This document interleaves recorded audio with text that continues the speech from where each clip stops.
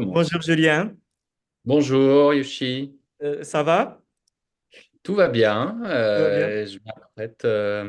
Je reviens des États-Unis où j'ai présenté les films de la quinzaine à New York et à Los Angeles. Et donc Ah, bientôt, je serai à Tokyo pour présenter ces films de l'édition 2024. waouh, waouh. Et la sélection pour l'année prochaine est déjà commencée? Oui, alors on n'a pas à ce stade, évidemment, c'est encore un Oui, peu tôt pour inviter des oui. films, mais nous avons commencé à recevoir pas mal de films. Beaucoup de courts-métrages et environ un petit peu moins de 100 longs-métrages, mais on commence à regarder, tout à fait. D'accord, ok. Alors, le travail commence. Et Le travail a commencé. oui. Et ok, donc aujourd'hui, je vais te poser des questions sur la quinzaine et aussi sur la quinzaine à Tokyo. Et d'abord, pour commencer, est-ce que tu peux te présenter ta carrière un peu avant de joindre la quinzaine, s'il te plaît? Bien sûr. Alors j'ai d'abord commencé à travailler dans le cinéma, dans la distribution. D'abord au service programmation, où je m'occupais de programmer des films en salle. Et puis, progressivement, j'ai été amené à diriger la distribution dans une société qui s'appelle Capricci, qui est une société indépendante de production, de distribution, et également est connue pour être spécialisée dans l'édition de livres sur le cinéma. Donc, on avait cette chance d'avoir un pied dans la production et la distribution, un pied dans la critique et un rapport plus peut-être intellectuel au Mhm, cinéma. Et pendant 10 ans, j'ai vécu une aventure donc de distributeur au sein de cette compagnie où je m'occupais des acquisitions, je m'occupais de la stratégie de distribution en salle des films et également des ventes internationales de ces films. mhm, mhm, mhm, Euh, Comme la société était également une société éditrice, ça me permettait aussi de créer des livres autour des films que je sortais en salle. Donc, pour donner quelques exemples de cinéastes avec qui j'ai pu travailler au cours de ces années, quand j'ai commencé, j'ai travaillé avec Albert Serra, qui a montré il y a quelques années en compétition à Cannes le film Pacifiction. J'ai travaillé avec Wang Bing, le documentariste chinois. mhm, Mais j'ai également travaillé avec Nobuo Suwa, mhm, le cinéaste japonais, que son premier long métrage de duo était inédit en France, et donc c'est Capricci qui l'a distribué en salle et en DVD. Par la suite, j'ai travaillé avec des cinéastes comme Abel Ferrara. oui. J'ai travaillé sur de nombreux films asiatiques, parce que ça a toujours été un cinéma, enfin des cinémas qui m'intéressent énormément, où j'ai toujours trouvé qu'il y avait beaucoup d'énergie et de nouvelles formes. Donc aussi bien dans le cinéma japonais que le cinéma chinois, cinéma taïwanais. J'ai également distribué le dernier film de Tsai Ming-liang, Days. Mhm, Euh, et par ailleurs, à côté de tout ça, on n'a pas distribué uniquement des nouveaux films, on distribuait des films de patrimoine restauré, des films de répertoire. mhm, Donc mhm, j'ai pu travailler pas avec, mais sur des films de David Lynch, de David Cronenberg, de Parajanov, de mhm. Ouais. Bergman, donc des grands auteurs où les copies étaient restaurées. On a fait un travail donc de distribution en salle, en DVD et des éditions. Mhm, Voilà un petit peu au sein de Capricci ce que j'ai fait au fil des années. On avait également créé en 2012 un nouveau magazine de cinéma qui s'appelle SoFilm, qui existe toujours en France. mhm, Et ce magazine donc, pour lequel j'ai écrit, donc j'ai été critique de cinéma dans ce magazine. Et ce magazine ensuite a lancé son propre festival de cinéma mhm, à Nantes. et à Bordeaux, donc deux villes françaises de la côte ouest. Et j'ai été programmateur dans ces deux festivals. Je m'occupais voilà, de constituer les films. Alors, c'était des festivals un petit peu spéciaux. Il s'agissait pas de faire une sélection de films forcément inédits. C'était des festivals qui se passaient en juin, donc juste après le festival de Cannes. Donc, l'idée pour moi, c'était d'abord un festival de carte blanche. Donc, on avait envie d'inviter des personnalités du cinéma, des cinéastes, des acteurs, des actrices, mais aussi des écrivains, des gens qui venaient d'autres métiers. Et on leur donnait des cartes blanches pour voilà, partager un peu un moment de cinéphilie ensemble et fêter un peu le cinéma comme passion qui rassemble les gens.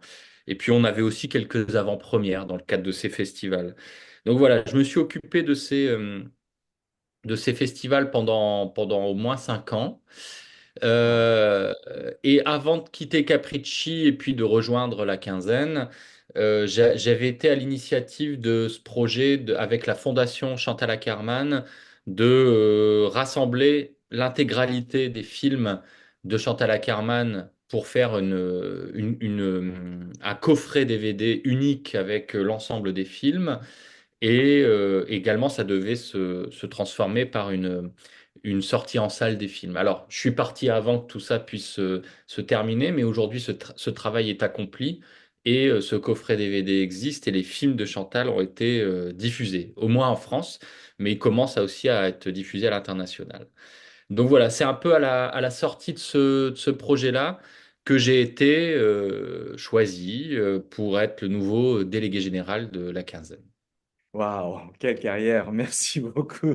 Donc, oui, vous connaissez, tu connais le côté business, vente, achat, critique aussi, et tu connais aussi les artistes, et tu connais tous les films classiques. Ça donne vraiment une qualité vraiment nécessaire pour être un bon programmateur du festival. Et je suis très impressionné. Et, euh, et tu es le chef de la quinzaine depuis 2 ans, depuis 2022, c'est ça? Oui, oui. Oui. En Est-ce disant, que... je n'ai pas fait l'édition 2022, mais j'ai été Ah, nommé en 2022. ah Donc j'ai oui, oui, commencé à travailler à partir de septembre 2022 jusqu'à aujourd'hui. oui. Donc, tu as fait 2 éditions et l'année prochaine sera la troisième. OK. Oui, Et tu peux un peu nous expliquer aux spectateurs japonais qu'est-ce que c'est la quinzaine des cinéastes dans le Festival de Cannes? bien sûr. Alors il faut refaire un petit peu d'histoire Oui. pour comprendre un peu la place de la quinzaine au sein du Festival de Cannes. La quinzaine est donc une sélection qui est née en 1969. Pour synthétiser, elle est née de la volonté d'un groupe de cinéastes français qui se sont rassemblés suite aux événements de mai 68. Donc, les événements de mai 68 en France, c'est quelque chose d'important, puisque ce sont des mouvements étudiants qui sortent dans la rue. Ce sont des grèves ouvrières partout en France. Donc, pendant quelques temps, France est un peu à l'arrêt. Et ça donne lieu à des confrontations aussi parfois violentes avec l'État, avec la police. Donc dans ce contexte-là, en 68, des cinéastes comme Godard, comme Truffaut, comme d'autres grands cinéastes français décident d'interrompre le Festival de Cannes. Donc il y a des manifestations, il y a des prises de parole, et le Festival de Cannes est interrompu parce que on considère que les cinéastes considèrent qu'il est plus important de témoigner une solidarité avec les étudiants et les grévistes plutôt que de continuer à montrer des films comme si de rien n'était. Mhm. Et dans les discussions qui ont lieu à ce moment-là, les cinéastes qui se rassemblent se disent, bon, nous, on aimerait qu'au sein du Festival de Cannes, il y ait un lieu qui protège davantage les cinéastes ou une espèce de sélection qui serait non compétitive, qui ne mette pas les cinéastes voilà, en compétition les uns avec les autres qui soit ouverte à tout le monde, donc c'est-à-dire qui soit pas réservée aux professionnels, mais qui accueille n'importe quel type de public.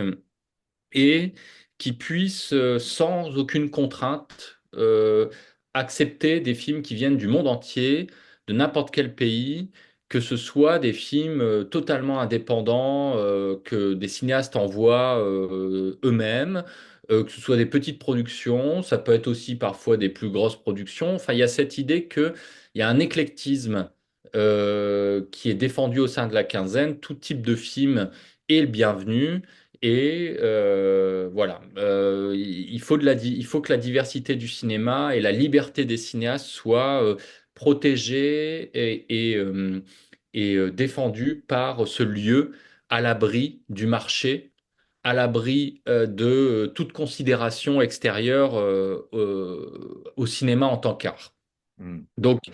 pendant toutes ces années, donc la quinzaine va prendre une place, enfin, va prendre dès le début, en fait, une place importante, c'est-à-dire qu'elle devient très vite un succès, Oui. c'est-à-dire qu'elle attire beaucoup de monde, et notamment beaucoup de public. Mm. Et elle devient une sélection incontournable du Festival de Cannes, puisque elle devient ce lieu où on repère les cinéastes de demain, ceux qui, enfin, soit ont déjà fait des très bons films et c'est la quinzaine qui les révèle, soit c'est des cinéastes en devenir et puis on va les retrouver quelques années après en sélection officielle, en compétition. Bref, la quinzaine devient vite la tête chercheuse de Cannes et accueille dans un climat plus hors des marches rouges, dans un climat plus convivial, Mm. plus protecteur, mais aussi peut-être plus cinéphile, des cinéastes du monde entier. Mm. Donc voilà, c'est un peu ça, c'est la mission de la quinzaine qu'il faut continuer à rappeler, peut-être plus aujourd'hui que jamais. Mm. Euh, c'est ce lieu où des cinéastes savent que ils peuvent prendre des risques, ils peuvent tester des choses, ils peuvent aussi bien faire un cinéma totalement personnel que de vouloir faire un cinéma de genre, de faire de la fiction comme du documentaire. Mm. Aujourd'hui, de l'animation, puisque l'animation est aussi un type de cinéma qui s'est développé, que ce soit du court métrage ou du long métrage. Donc voilà, c'est ça la fonction de la quinzaine dans le Festival de Mhm. Cannes. Merci. Et, euh, et quand tu es arrivé à ton poste, je pense que tu as dû maintenir, garder cet esprit de la quinzaine, mais aussi d'avoir ton couleur. Ton, Sûr. qu'est-ce que tu as pensé quand tu as eu ce poste? À quoi as-tu prêté attention pour commencer ta sélection? Alors, bon, d'abord, il y a une perception, comment dire ça, je pense que beaucoup de délégués généraux qui sont passés par la quinzaine avaient, on a tous un peu l'ambition commune de vouloir célébrer la mise en scène comme véritablement ce qui est propre à un cinéaste dans son écriture, dans son langage cinématographique, et que c'est ça qu'on a envie de découvrir et on a envie de mettre en valeur. Mais évidemment, tout ça est très subjectif. En fonction des personnalités, des goûts de chacun, on pense que on va, voilà, on a envie d'aller plus loin dans ce que ça peut signifier de trouver les nouveaux grands metteurs en scène. Moi, disons que dans les choix que j'ai fait rapidement quand je suis arrivé, par exemple, voilà, la quinzaine on va dire depuis un certain temps, avait en quelque sorte fini par accepter que certains films qui étaient à la base sans doute prévus pour la compétition, eh bien, puissent se retrouver à la quinzaine. Hmm. Moi, ça, c'est quelque chose que j'ai essayé de limiter. Je l'ai pas complètement, je l'ai pas interdit, mais Hmm. j'avais envie de créer une identité, retrouver une identité qui soit propre à la quinzaine et qui Hmm. soit complètement démarquée des autres sélections. Donc j'ai envie avec la quinzaine que quand on prend un film, on se dise oui, c'est un film que je trouverai à la quinzaine et pas à un certain regard ou à la semaine de la critique. Hmm. Donc ça nécessitait à ce que sur des cinéastes notamment parfois plus confirmés, qui sont attendus en compétition parce que le type de film qu'ils font, la notoriété euh, nous fait penser que ça va être des films pour le marché. J'essaye de faire en sorte que, voilà, non pas, je veux pas les bloquer, mais j'estime que la quinzaine n'est pas la meilleure place pour ces films-là, qui peut, si jamais ils ne sont pas pris en compétition à Cannes, peuvent peut-être trouver une place en compétition à Venise ou dans un autre grand festival. J'essaye encore une fois de me focaliser sur, avant tout, bon, bah, la découverte, les nouveaux Mm, talents. mm, J'essaye aussi d'accueillir des cinéastes parfois plus confirmés, mais mm, qui viennent à la quinzaine pour des œuvres plus personnelles et pas juste leurs nouveaux films. Et donc, voilà, c'est un peu à partir de ça que j'ai commencé à réfléchir à comment j'allais envisager les choses. mm, Ensuite, avec le temps et la réflexion, je me suis rendu compte que la ligne éditoriale doit évoluer. Je pense qu'il faut pas simplement se dire, bon, bah, c'est mon goût, mm, mm, mm, c'est mes choix cinéphiles, c'est ça et pas autre chose. Je pense qu'il faut savoir rester ouvert, il faut comprendre un petit peu ce qui se fait dans la production contemporaine, qu'est-ce qui aujourd'hui aussi parle aux jeunes cinéphiles, quels sont les films qu'ils vont voir. Et être à l'écoute de l'ère du temps, du monde dans lequel on est, pour concocter. Je crois que la quinzaine est la sélection la mieux placée à Cannes pour justement essayer de faire des paris, mais des paris pour intéresser les nouvelles générations de spectateurs. Et ça, c'est quelque chose à quoi je crois vraiment fortement, c'est que tout film qu'on sélectionne est un pari, on ne sait pas si ça va prendre, on ne sait pas si mm, ça va marcher, mais on se met dans l'idée que il y a quelque chose de frais, de nouveau dans ces films qui peuvent peut-être vont parler aux nouveaux spectateurs de demain. mm, mm. Merci. Oui, c'est vrai qu'il y a beaucoup de découvertes à la quinzaine maintenant, après que tu es venu.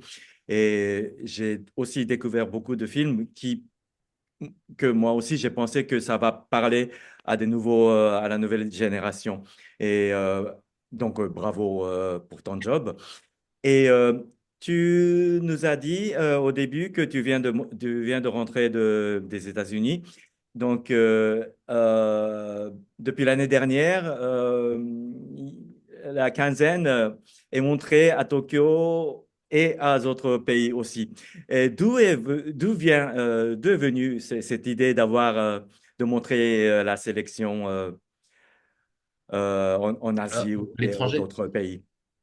Alors, bon, d'une part, déjà, je pense que ça faisait partie de mon projet initial, Mm, c'est-à-dire que, sans doute parce que je suis aussi un ancien distributeur, j'ai j'ai ce souci de me demander comment les films vont continuer leur vie après Cannes. mm, mm, On est dans un contexte beaucoup plus difficile aujourd'hui. Il y a peut-être 20 ans, un film qui passait par Cannes, quelle que soit sa sélection, son prestige faisait qu'il trouvait peut-être plus facilement des débouchés qu'aujourd'hui. Aujourd'hui, on voit bien qu'il y a des films pour lesquels, quand bien même ils sont sélectionnés à Cannes, parfois c'est compliqué pour eux d'exister ensuite. Donc, moi, surtout comme je viens de l'expliquer, comme j'ai fait le pari d'être sur la nouveauté, la prise de risque, voilà, des nouvelles écritures. Évidemment, ce sont ces films-là qui sont en général euh, plus difficiles à diffuser ensuite. Euh, Même si dans la sélection, il y a aussi des films qui sont un peu plus grand public, qui sont un peu plus ouverts pour toucher différents publics. Ça, c'est aussi quelque chose que je souhaite, c'est garder cet équilibre. Mais c'est vrai que pour certains films, ça peut être plus difficile. Donc, euh, d'une part, j'avais envie de d'aider ces films à prolonger leur vie après Cannes. Mhm. Et puis d'autre part, c'est un peu aussi la raison pour laquelle on fait cet entretien aujourd'hui.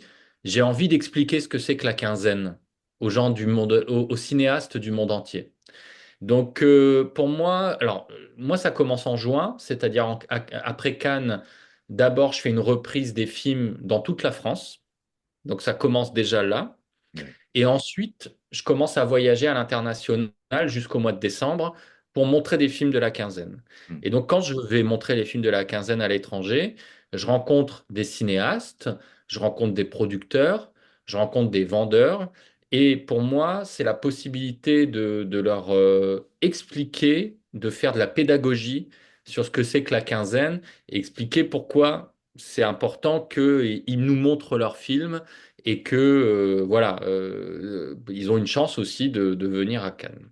Mhm. Donc c'est ce double objectif, faire vivre les films, leur donner la possibilité d'être vus ailleurs et en même temps promouvoir l'image de la quinzaine. Mhm. Et donc, la quinzaine à Tokyo a commencé l'année dernière. Quelle était ton impression sur la première édition à Tokyo l'année dernière? Euh, alors, ben, j'étais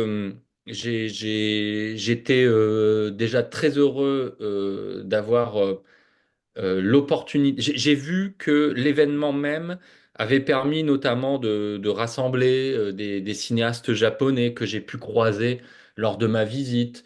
Takeshi Miike, Nobuhiro Suwa, des cinéastes japonais que j'avais aussi accompagnés quand j'étais distributeur, Tetsuya Mariko, Mhm. etc., etc. J'ai aussi rencontré à cette occasion-là des jeunes cinéastes. J'avais notamment rencontré, par exemple, Yoko Yamanaka, qui s'est retrouvé ensuite en sélection de la quinzaine. Donc, voilà, ce genre de prise de contact, de comprendre qui sont les cinéastes et du coup, quels sont les films ils sont en train de préparer, ça a un effet. C'est un effet parce que si j'avais reçu peut-être le film de Yoko sans savoir du tout qui elle était, d'où elle venait, peut-être, j'en sais rien, peut-être j'aurais pas prêté la même attention. Voilà, on reçoit tellement de films que parfois on peut passer à côté d'un film. Mhm. Donc déjà, cette première quinzaine à Tokyo m'a permis d'être vraiment en contact avec les cinéastes et ça, je pense que c'est des plus belles, une des plus belles conséquences de ce travail. Et ensuite, bon, eh bien, j'ai fait quelques présentations en salle. J'étais content de voir que, voilà, en plus dans un quartier comme Shibuya, plutôt jeune, j'étais content de voir qu'il y avait, il y avait des spectateurs dans la salle, voilà. Et Mhm. donc, ça s'est fait très naturellement d'avoir envie de recommencer avec Vipo et de faire en sorte d'essayer d'amener encore plus de monde en salle. Et je suis très content cette année, c'est qu'en plus, on va pouvoir avoir des rencontres avec certains cinéastes de la sélection et donc pouvoir discuter face au public japonais avec des cinéastes. Donc ça, je trouve ça très bien comme amélioration. Mhm. Ok, merci. Euh, Avant de te demander la sélection de cette année, il faut que je te demande une question qu'on m'a beaucoup posée quand j'étais programmateur au Festival de Tokyo et D'accord. que j'ai eu beaucoup de difficultés à répondre, mais Oui. il faut que je te le demande quand même. Est-ce qu'il y a une certaine tendance dans les films qui sont soumis euh, à la quinzaine? Globalement, je ne sais Ah, pas. globalement? Oui, Non, ouais. on reçoit, en fait, Cannes, c'est un peu le privilège et la difficulté de Cannes, c'est qu'on reçoit tout. Oui, Tout le c'est monde, vrai, tout le c'est monde, vrai. tout le monde veut envoyer son film à Cannes. Donc non, je pense que oui, on doit recevoir aussi beaucoup de choses amateurs, beaucoup de choses, beaucoup d'autoproduction aussi, parce que je pense que du coup, beaucoup de cinéastes du monde entier tentent parfois directement, alors qu'ils ont fait un film en solitaire, d'envoyer à Cannes à la quinzaine. Donc ça, c'est vrai. Après, non, il y a pas de tendance. Ce que je peux dire, c'est que bon, comme Cannes, ça fait longtemps que ce n'est plus un festival qui est identifié pour le documentaire ou pour l'animation. Par exemple, ça, ce sont des films que je reçois moins. Donc ça, j'essaye de convaincre les professionnels du documentaire et de l'animation de nous envoyer plus de films. Oui. Donc ça c'est un fait. Ensuite, non, ce qu'on remarque chaque année, c'est que chaque année, il y a des thèmes, il y a des sujets qui vont avoir tendance à se retrouver dans beaucoup de films. Donc Mm. chaque année, il y a des choses un peu différentes.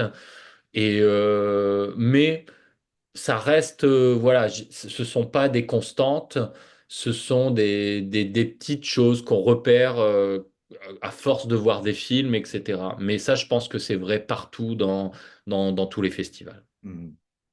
Ok, merci. Et donc, je voudrais parler sur la sélection de cette année, quinzaine à Tokyo. Ok, donc à Tokyo, nous avons 10 longs métrages et un court métrage de film d'animation de Monsieur Yamamura. Et Oui, je voudrais te demander nous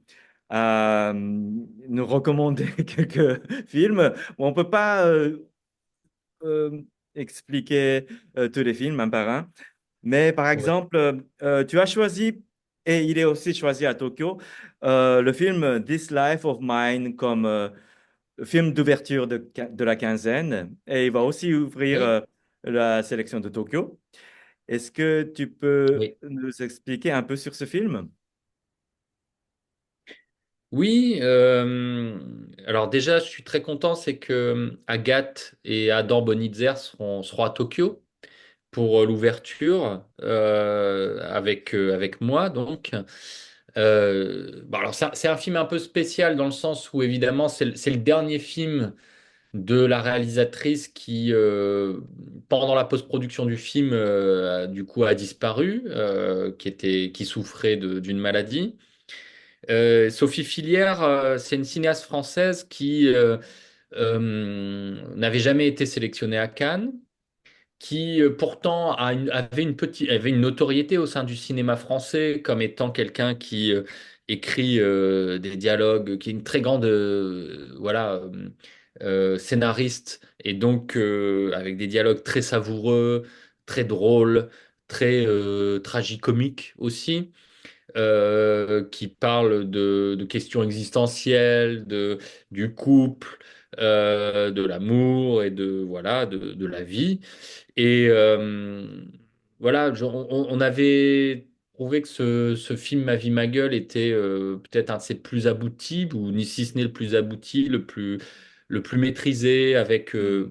porté par une actrice française connue, Agnès Jaoui, qui était vraiment au sommet de son art. Oui. Et donc ce mélange de comédie, de drame, de mélancolie, euh, et donc porté aussi par les deux enfants de Sophie qui sont Agathe et Adam, par ailleurs, enfin Agathe est donc actrice et qui ont supervisé le montage du film. Voilà, le projet était suffisamment atypique dans sa fabrication. Il avait une dimension d'ouverture parce que je pense que c'est un film qui peut parler pareil, à un public plus large, puisque le film est assez triste mais assez drôle aussi. Et donc, je trouve qu'effectivement, ça donne ça donne une couleur d'ouverture à cette sélection. Hmm. Voilà. Oui, merci. Oui, j'adore ce film aussi. Et ensuite, tu as mentionné sur le film Eat the Night. Oui, Euh, c'est, je suis d'accord, c'est aussi un film très intéressant qui mélange le réel et le jeu vidéo. Un film français, oui, je pense. Est-ce que tu peux oui, en parler un peu plus sur bien le sûr. film? Et c'est un deuxième long métrage, donc du duo de Caroline Poggi et Jonathan Vinel, deux cinéastes qui avaient réalisé, bon, qui sont très connus dans le court métrage, parce qu'ils ont fait beaucoup de courts métrages sélectionnés en festival, primés. Leur premier film s'appelait Jessica Forever. Et là, It's the Night prolonge un peu ce qu'ils ont l'habitude de faire, c'est-à-dire que généralement, ce qui les intéresse, c'est le deuil de l'adolescence, la façon dont des personnages plutôt jeunes savent qu'ils doivent dire au revoir à cette enfance, à cette adolescence et entrer dans le monde adulte. Mais ils sont comme pris entre ces deux mondes. Ils n'arrivent pas totalement à quitter le premier qui pourtant est en train de s'achever. Ils n'arrivent pas totalement à entrer dans l'âge adulte. Et donc, ils sont dans cette zone intermédiaire, dans le monde d'aujourd'hui, avec ses difficultés, avec sa violence, avec sa noirceur. Et le film est un peu à l'image de ce que je viens d'expliquer. Du coup, ce sont des personnages qui vont se réfugier dans un univers virtuel. Mhm. Et donc le monde autour d'eux est de plus en plus difficile, et de plus en plus violent. Il est très dur d'y trouver une place, de pouvoir exister, de vivre ses passions, de vivre son désir, son amour. Et le jeu vidéo va être ce substitut à, cet univers, encore une fois, très dur de la réalité. Mais ce jeu vidéo a aussi une fin. Quand bien même c'est un jeu vidéo, il doit prendre fin et ça va être les derniers jours de cet univers virtuel. Donc ces jeunes vont être confrontés à un moment à devoir en sortir et à vivre leur vie et à être confrontés à en rentrer dans le monde. Donc je trouve que le film est fait avec beaucoup d'énergie, de passion, d'action. Ils importent dans la prise de vue réelle les codes du jeu vidéo et ils importent dans le jeu vidéo la mise en scène d'une prise de vue réelle. Et je trouve que cette façon d'avoir voilà, mélangé les deux ensemble pour produire ce film fait que dans le jeune cinéma français, c'était une des propositions les plus audacieuses et intéressantes. Oui, je suis tout à fait d'accord. Merci. Et ensuite, oui, tu viens de dire qu'il y a beaucoup de films qui viennent d'Amérique. Et Oui, là, à Tokyo, nous avons deux films américains. Un, c'est Good One. oui, Oui. Et l'autre, c'est Gazer. Geyser. Oui, Gazer. Ben, Et, déjà, ces deux premiers longs métrages. mhm, mhm. Euh, Good One est un film. Alors, Good One est un film qu'on pourrait qualifier de. euh, donc, il est réalisé par une femme, India Donaldson. C'est un film en forme de balade, une balade dans, on va dire, la nature américaine. On peut dire que le film est une espèce de coming of age, mais je trouve que le film réussit vraiment à se départir de ce type de cinéma parce que c'est la jeune fille dans le film qui est peut-être la plus adulte, la Oui, plus consciente de ce qui se passe. Et ce que j'ai trouvé assez beau avec ce film, qui est assez tendre, qui est assez doux, qui fait penser d'une certaine manière au premier film de Kelly Reichardt, mhm, ce qui est assez beau dans ce film, c'est que cette jeune fille va être confrontée à, à ce qu'on appelle aujourd'hui la question du patriarcat, de la masculinité virile, et donc du rapport inégal entre les hommes et les femmes. Mais le film le traite d'une manière beaucoup plus douce, sans trop de conflits, sans en faire un film à thème, à thèse et à sujet. Le film est très délicat, très proche de son personnage féminin et nous fait comprendre beaucoup de choses sans rentrer dans un rapport conflictuel. Et cette jeune femme va réussir à trouver sa place malgré tout. Donc je trouve que c'est vraiment un film très beau, très simple, euh, une balade, comme j'ai dit, et c'est très jeune. oui. Le film Geyser, Oui, Gazer, Geyser, oui, c'est c'est aussi un un film film. très unique. Un peu, il Oui, rend hommage oui. à des films de genre des années 80. C'est, oui. Je pense aussi que c'était une grande découverte. Alors Geyser, bon, déjà ce qu'il faut rappeler peut-être, alors c'est un premier film, mais c'est d'autant plus le cinéaste et sa compagne, qui est aussi sa collaboratrice, donc ont écrit tous les deux le scénario de leur côté. Elle joue également le premier rôle du film. Et en fait, ils ont écrit et ils ont tourné le film tout en travaillant à côté. C'est-à-dire que lui était électricien et je pense que la nuit et les week-ends, ils allaient tourner en 16 mm dans le New Jersey ce film qui est en fait un film de genre. Donc, je trouve on ne sent pas beaucoup le fait que ce soit un film qui n'a pas beaucoup d'argent. Parce que aussi bien en termes d'image, enfin voilà, technique, aussi bien en termes techniques que sur la direction d'acteur, le film est déjà assez abouti. Il est très référencé, comme tu as dit, c'est-à-dire que on sent vraiment quelqu'un qui est passionné par ces espèces de films, ces thrillers paranoïaques des années 70, que ce soit évidemment Blow Up de Antonioni, que ce soit ensuite les thrillers américains de Coppola, de Brian De Palma, et donc de plein d'autres aussi, autres cinéastes.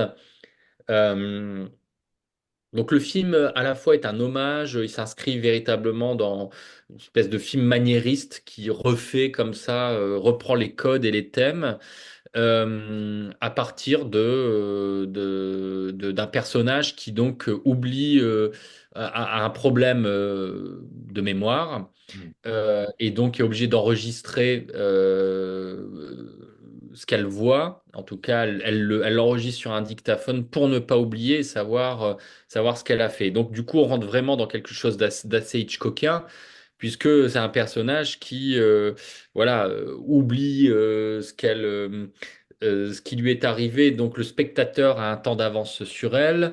Elle ne sait plus du coup si ce qu'elle vit et ce qu'elle voit est le fruit de son imagination ou et donc de sa paranoïa ou si ça a une base un peu réelle. Donc on est à la fois dans un film de filature, donc qui tend au film d'espionnage. C'est aussi un film sur une jeune mère qui essaye aussi de s'en sortir seule pour continuer à pouvoir voir sa fille.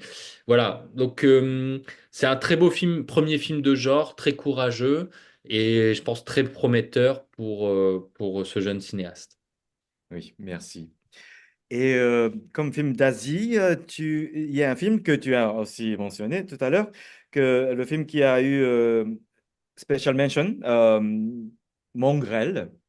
Oui. Et c'est un autre film très audacieux, courageux, prometteur. Est-ce que tu peux nous présenter un peu Mongrel, s'il te plaît? Oui, mais Mongrel est un film voilà, assez redoutable sur sa mise en scène. Et c'est ça qui en fait sa force et son côté un peu surprenant. Le film a tout du drame social à la base, c'est-à-dire il dépeint une réalité taïwanaise, à savoir les travailleurs clandestins venus d'Asie du Sud-Est, de Thaïlande, de Vietnam, etc., qui passent la frontière illégalement pour trouver du travail dans les campagnes taïwanaises où ils sont embauchés comme aides-soignants pour des personnes handicapées, des personnes malades qui n'ont pas de soins parce que dans ces régions, il n'y a pas d'hôpital, il n'y a pas voilà, il n'y a pas de soins cliniques. Et donc, on va suivre un personnage principal qui est un de ces clandestins qui s'occupe de ces personnes fragiles. Donc, le film pourrait être le film est très dur, hein, évidemment. C'est un sujet Ouais. très Mm. noir et nous emmène vraiment au bout de la nuit. Le film pourrait s'appeler Voyage au bout de la nuit. Oui. Euh, mais ce qui est très beau, c'est que, en fait, bon, d'une part, son personnage principal, il en fait une espèce de personnage christique.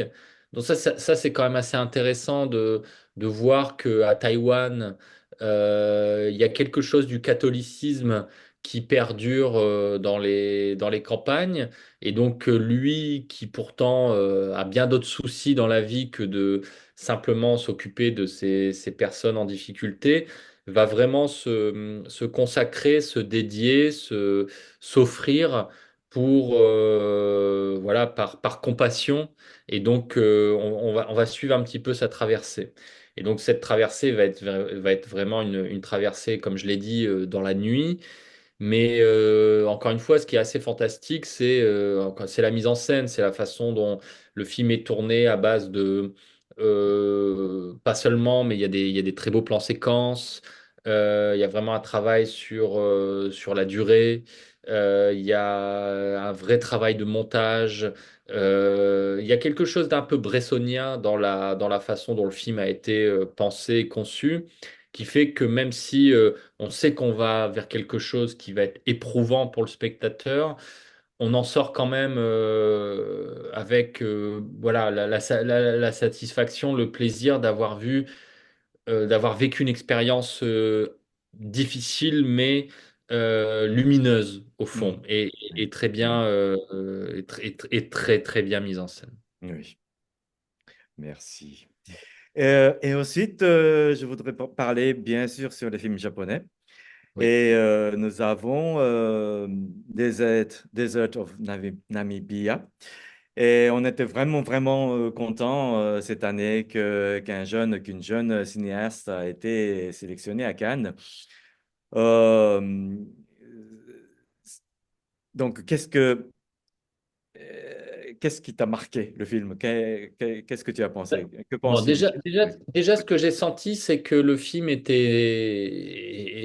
totalement personnel, c'est-à-dire qu'on sent comment il est totalement sincère et habité par sa réalisatrice. Voilà, Yoko Yamanaka, on le sait, est une jeune cinéaste. On sent vraiment sa personnalité dans le film, c'est-à-dire quelqu'un qui va jusqu'au bout de ses envies, qui n'a pas peur de se mettre à nu, qui montre aussi bien ses défauts, ses faiblesses, ses forces. Et donc déjà, je trouve que dans cette justesse de la représentation de ce type de personnage féminin très contemporain aussi. Elle dessine un personnage bipolaire.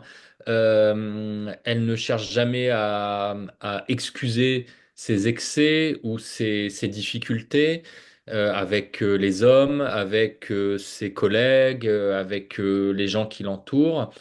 Euh, donc déjà, cette façon de faire un film qui colle à son personnage et qui est un personnage très complexe, qui ne, qui est aussi totalement unique et qu'elle va la suivre du début à la fin avec une certaine précision, avec euh, voilà, c'est un film qui est un peu fait caméra à l'épaule, qui suit son personnage dans sa vie, dans ses recoins, dans son énergie. J'aime beaucoup l'énergie de l'actrice qui donne son énergie au film. Donc déjà, tout ça faisait que je trouve il y a quelque chose d'authentique qui prend un risque, qui va au bout de ce portrait. Et encore une fois, ce type de relation au sein d'un couple, dans une société actuelle où on ne cesse de parler des problématiques entre les hommes, les femmes, les inégalités, je trouve que le fait que elle veut même pas se poser cette question, elle reste ses véritables difficultés au sein d'un couple et de pas faire de généralité Ok. et de montrer comment cette jeune femme essaye de s'en sortir avec ce dont elle hérite. Je trouvais ça voilà, assez courageux.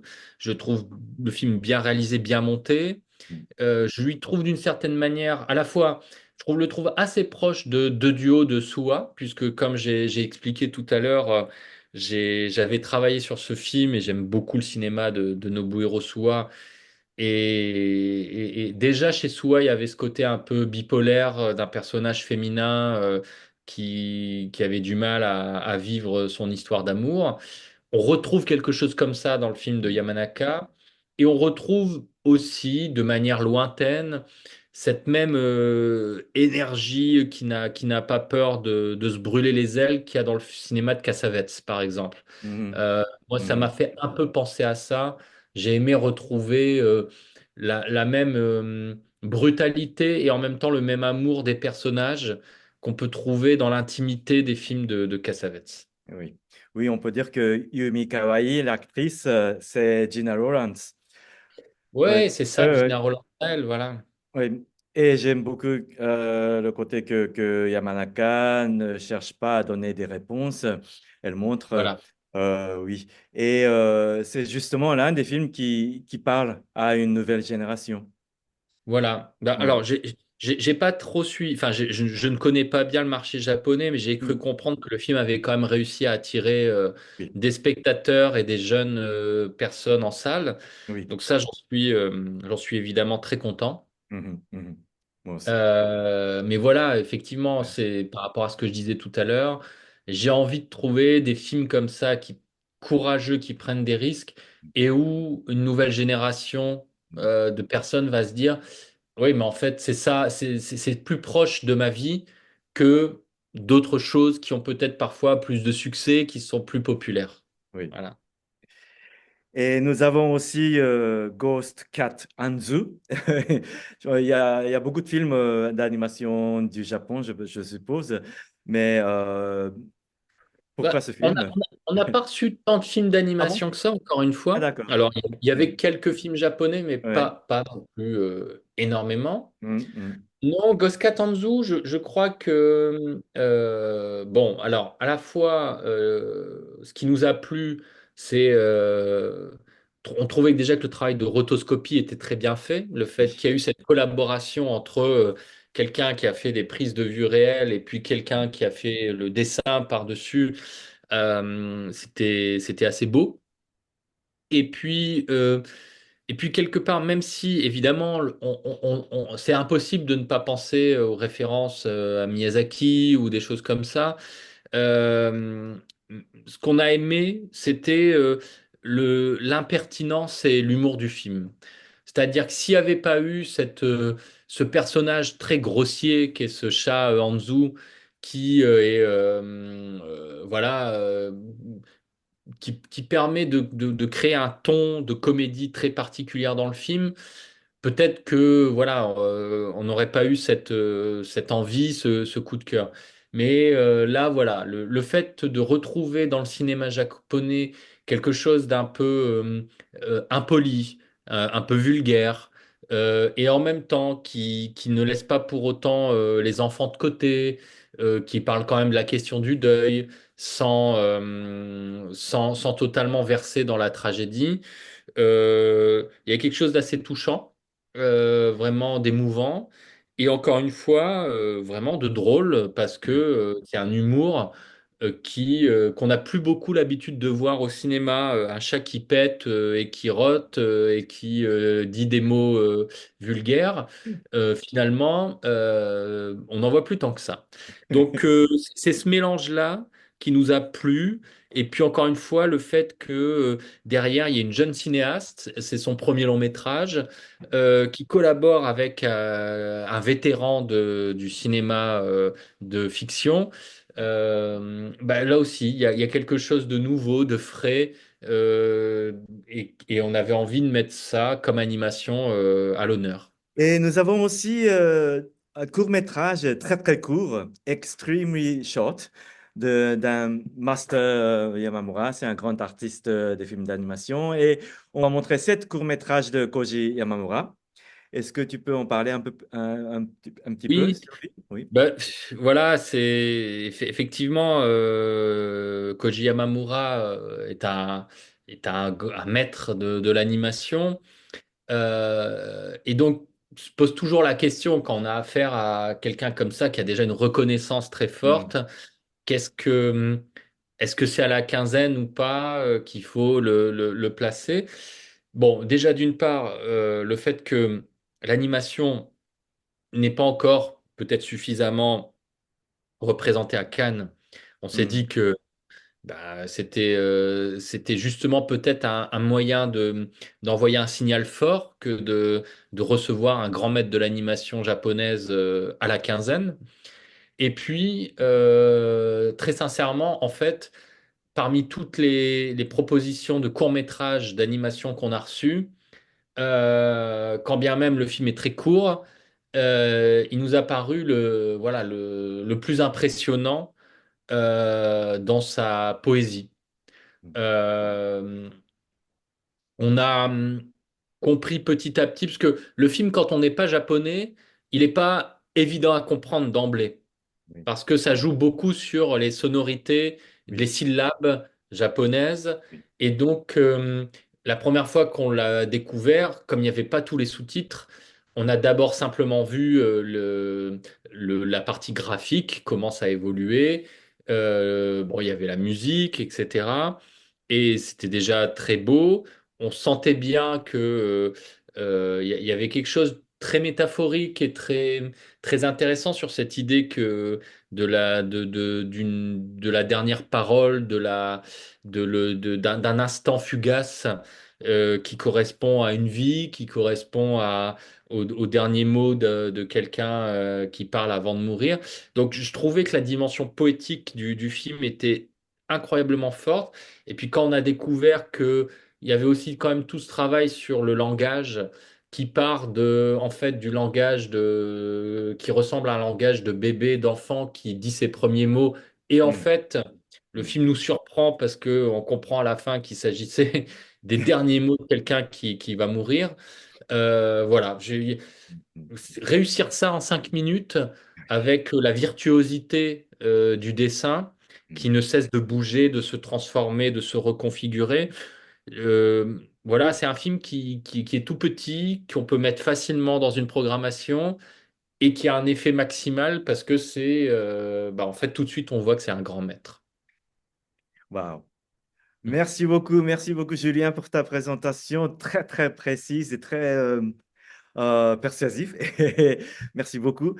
Et donc la quinzaine à Tokyo commence le 8 décembre et C'est tu ça. vas venir, n'est-ce pas? Donc voilà, je serai là Oui. pour une semaine environ et quotidiennement, je présenterai ou j'animerai des Mhm. rencontres avec les cinéastes.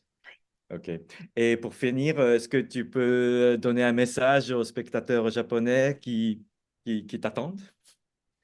Mais déjà, bon, j'espère que tous les cinéphiles qui aiment justement peut-être les films qui sont passés par la quinzaine ou les cinéastes que j'ai pu citer préalablement, sur lesquels moi j'ai pu travailler en tant que distributeur, tous les cinéphiles qui se reconnaissent dans dans ce cinéma, de cette prise de risque, d'audace.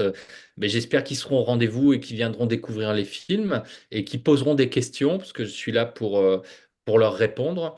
Et puis, tout particulièrement, je vais aussi m'adresser aux jeunes spectateurs typiquement les spectateurs du film de Yoko Yamanaka, ou venez voir découvrir d'autres films de la quinzaine de cette année que je crois que voilà, vous pouvez vous reconnaître, vous pouvez trouver des nouvelles formes, des nouveaux langages qui sont tout à fait contemporains, novateurs.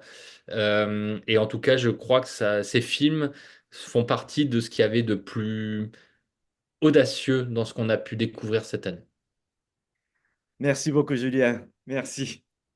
Et Merci. à très bientôt. À bientôt.